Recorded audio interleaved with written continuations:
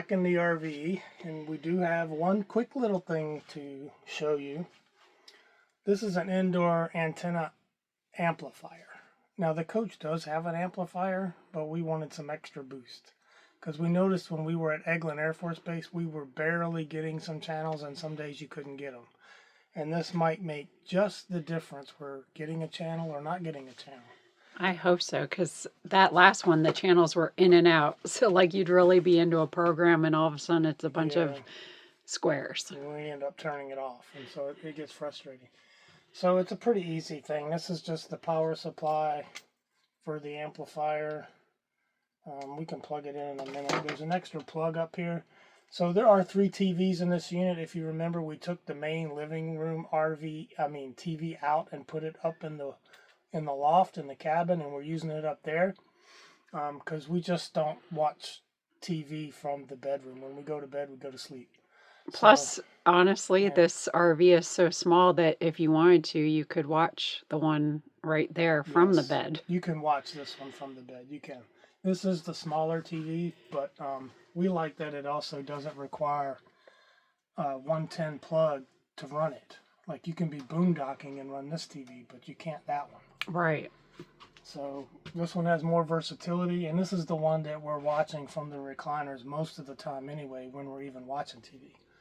So anyway, to put this in, all you got to do is disconnect this cable. This is your feed going into the TV. Now you could put this amplifier in another place in the RV to amplify all your TVs, but since this is the only one we're using, this is the only one we care about. Yeah, sometimes we use the outside one, but so far it hasn't been that much. Yeah, so this will just, you basically just put this in the line. There's only one way it can go. So you screw it on right here. Make sure it's tight. And where did you get this one from? I think it was an Amazon purchase. I think we looked at them at Walmart, but again, Amazon beat them out in price, which usually happens. Ooh, I can't get this one to screw on. There it goes. All right. So this is the model that we bought, but there are many models. There are. And I'm not going to advocate one over another because I don't know. And we haven't tested it yet. I just looked at enhanced HD TV, 4K, not necessary, but it's got some good features. It means it's a newer one. It's an Ultra Pro, so I'm guessing it's good. It's a GE brand I recognize. And I think it was probably being pushed by Amazon. It was on sale as a great deal. I think it was like $9.99 or something, so it's really not a significant purchase. So we'll have to don't put too much study in comment back when we've tested it. It's hard to really know if it's doing anything or not because you might have gotten the channel anyway. So you really would have to take it off and put it back on. And so now you got to get this to feed. I might have to. Oh, I see what's happening here. So this cable, I'm going to have to take it back off because the cable is fed through this, and I need more space. So this has to be pulled out. It's good to have short TV cables because having long TV cables just detriments your your signal strength anyway. And then this one goes on here. And you have more of a mess in the cabinet. Yeah. And I've got a big enough mess in there as it is. I'm in here trying to pack today to hit the road, so that's right. Trying to organize it and think what we may need. And this does require a plug, and there are 2 plugs, actually 3. The microwave is plugged into here, but what we're going to do is we're going to see if this will go this way. It won't. Okay, so it's got a grounding plug on it, so it has to go like that. And then we'll just have to unwind this one a little bit. I think 2 should do it. And then it plugs into the box here. And then you just plug it in over here. And plug it in. That's it. Ba-bam! So that's done. All right, I guess I can finish packing up now. Yep. Hope we don't forget anything, and if we did, we don't need it. And there are instructions, but it's pretty simple. But I'll go ahead and keep the book just in case there's something in there that I missed. For your light reading when you're on the For toilet. my reading enjoyment. All And right. that wraps it up here. This is a quickie DIY. Anyone can do it. So I hope so. I think it says ages 2 and up. Really? So there you go. Get your 2-year-olds to work. I'm kidding about that. Don't look for that. Anyway, you guys have a good one. So, what we got going on in this mess today? Yeah, you're right. It's a mess. I can't believe what has happened now. So we hit the road. This refrigerator and freezer was plugged in actually at the house. So we had some food in it. Everything was fine. We packed up the RV, put food in it, hit the road, and what happened? Well, it didn't stop working, but it's working in reverse. The refrigerator is acting like the freezer, and the freezer is barely acting like the refrigerator. It's not even really keeping stuff cool. Like if you put something in there, it's not going to make it cold. But if you put something from the refrigerator that got frozen into it, it keeps it cool. So that's a big mess. And then we noticed the whole back wall of the refrigerator is frozen. So we went online, or Brett went online and was looking what to do, and they suggest shutting it all off. Yeah. So what they think happened is we think the reefer is frozen. Now this is an electric refrigerator, so the reefer, I don't know where the reefer is. The back wall is frozen, but the way these electric refrigerators work, this is a 12-volt refrigerator, is that it cools from the center portion. The old propane electric refrigerators cool from the top down, but this one cools from the floor of the freezer and the ceiling of the refrigerator. So this middle part here has the coils in it that cools up and down. It's different, but we think the reefer in this thing may be on the back wall. You can't really access it. It's all built in. It's enclosed. But what we're hearing is that what you need to do is it's probably frozen. And we think that's probably correct because of the weirdness of what's going on here. Plus, when we did have it plugged in at the house, we had a couple of days where we went below freezing. So it could have gotten frozen from the actual weather instead of from the actual unit. And it just never thawed out because it's been on the whole time. So luckily, this campground loaned us this cooler. Yep. So we could cram everything into it. We even had frozen eggs, which you can freeze your eggs and they thaw out. You can cook them and they're fine. We found that out. A little messy because the shells get soft. We even put the overflow into the sink, so that's like our refrigerator for the moment. So and there's the milk that's in there. It has ice in it. Yeah. One of them's still frozen solid. It got completely frozen. My almond milk and my tofu got frozen solid. So we're using this as the cooler just wasn't big enough, so we're using this as a cooler. Yeah. Just for the day, and then they say it takes anywhere from several hours to a day for this to completely thaw, and it needs to thaw inside the back. So it needs. Fingers crossed. We're going to leave it open.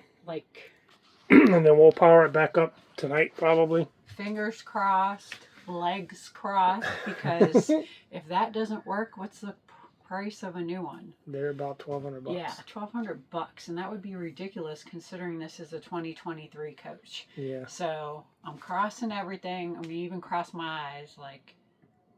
Yeah. Whatever I have to do here, please work. I'm saying prayers.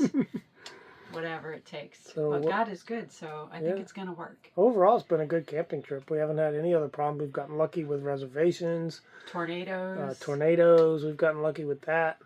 No mechanical issues whatsoever. We've gotten lucky with gas prices in certain places. When we've needed to fill up, we've gotten diesel for under $3 a gallon. $2.83, I think, is the lowest we've seen. That's pretty good. So let's stay in this trend, and this is going to work. Mm-hmm. So now we're going to go out and have a little adventure, and when we come back, everything's going to be good. Yep, that's the plan. Oh boy, this can't be good. You got our fridge pulled apart, and I'm seeing wires. Yeah, it's really not good. So we turned everything off this morning, put it in coolers, went out, come back. Everything's thawed. So we turn it back on, let it sit for a couple hours, and the freezer is nothing. Totally no cold. Room temperature. Yep, nothing going on here. The refrigerator feels like it's starting to cool, so I'm not going to open that up because we need some cool to build up so we can get this stuff out of the coolers and back in there at least. Mm-hmm. So it looks like we're going to need a new one of these.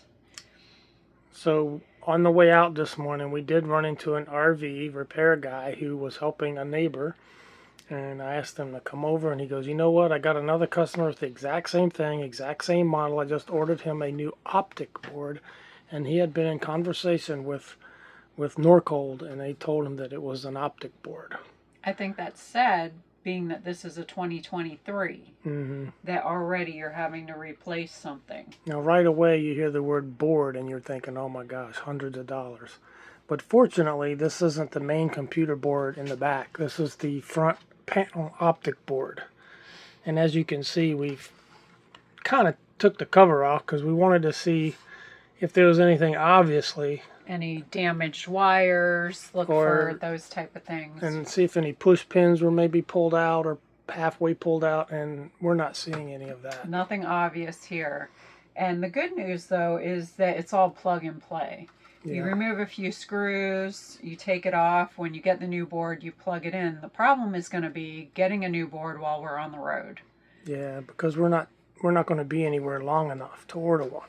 So it's going to look like we're going to be without freezer until we get back home, and we're going to have to order an optic board, and then we can replace it ourselves. Yeah. I don't think there's a need to pay an RV repair person unless they had the board right now. Then I would pay them. We do have him looking for one, and he's not yet gotten back to me. I told him, look, we leave Wednesday mornings. If he can't get it by tomorrow, then we'll just order one and have it sent to the house, and we'll just have to fix it when we get back. But it looks simple. I mean, literally, there's only 3 screws holding this thing. The screws go underneath. There's 3, 1, 2, 3 on these brackets, and that's all the whole thing. So, and these boards, we're finding them online for about $90. Yeah, you can pick it up. That's not terrible. Right. Another $90 I wouldn't want to spend, especially since it's so new. But I know. Technology. The warranty on these things is only 1 year, so I mean it don't take long for a 1 year warranty to run out. Right. So, but at least it's a repair we'll be able to do ourselves. Yep, and yeah, we're blessed that it is something we can do ourselves, and it won't take a tech to do it. But at least we're able to get the information from the tech, so we know what it is. And hopefully we won't botch it up like we did the windshield. Oh yeah, right? No, I think this is pretty easy. So we're going to put it back together for now, and stay tuned. Okay, what you got for me? Well, this morning I want to keep you updated on the status of this situation here. This morning we woke up, and last night when we got home, there was nothing going on in the freezer, only the fridge was cooling. So this morning we wake up and we look, and it feels cool in the freezer. So I know we had taken this apart and looked at it and didn't see anything. So maybe the jiggling of the wires did something, because it started feeling cool in there. Yeah. And then the repair guy had messaged and said the repair he did on that other person's worked with the optic board, and he could schedule us in today. But we told him that it started to work, so we'd let him know when we got home what the status was. So we got home, and Brett had put some ice trays in here With water before we left, and look, we got ice baby. Yeah, we do. Ice baby. So whatever we did, we repaired this one. all you do is jiggle the wire sometimes. Don't ask us to repair any windshields, but freezers and refrigerators, I guess we're good with. We're a gold star. Yep. Boom. Hey y'all, I am so excited about what we just got for our RV travels, aren't you? Yeah, I am. Check out this Ogre camping fan, the F111. Vastly improved over its predecessor. It has lots of new features. So we'll just go over them real quick. You have a variable speed on. You can hear it turning on. It has the light, 3 different levels of light. You can also check your battery level here. It has oscillating, where it can oscillate from 30, 60, 90, and 120 degrees. You have 2 different ways you can hang it. You can hang it from the top, or if you flip it upside down, you can even hang it from the bottom. And this could come in handy, like if you need the fan to blow straight down. That's a really neat feature. There's so many things you could do with that. If you're working on your car, you could hang it under the hood and get light and fan for those hot days. Also, if you're sitting out at the picnic table at the campground, you can get lots of breeze for those hot days. Yeah, and it charges with a Type-C connector, and it can also charge your devices off of a USB. It also has this remote control, which you can remote control and do all those features from the remote. And the remote fits right on the back, just like so. And even if you flip it upside down, you don't lose the remote. You can get from 12 to 58 hours with the fan mode, and with just the light mode, you can get from 39 to 138 hours of use. Very, very handy, I think. I know. I like also how it tilts at a 45 or a 90. Yep, it'll go all the way up. I'm going to stay nice and cool with this because you know how I'm always complaining that I'm hot. And sometimes you need a fan and you're not near a plug, so this is perfect. That's going to be perfect in the RV at night when I'm sleeping because I get so hot during the night and there's no plugs right by where I need it on my side of the bed. I'm going to get so much use out of this. I think it's a great addition to our travel fam. I'm probably more excited than anybody about it. But if y'all are interested and want to check it out, I'll put a link in the description so you can go on there and see if it's something that you might like to add to your adventures, travels, or everyday use.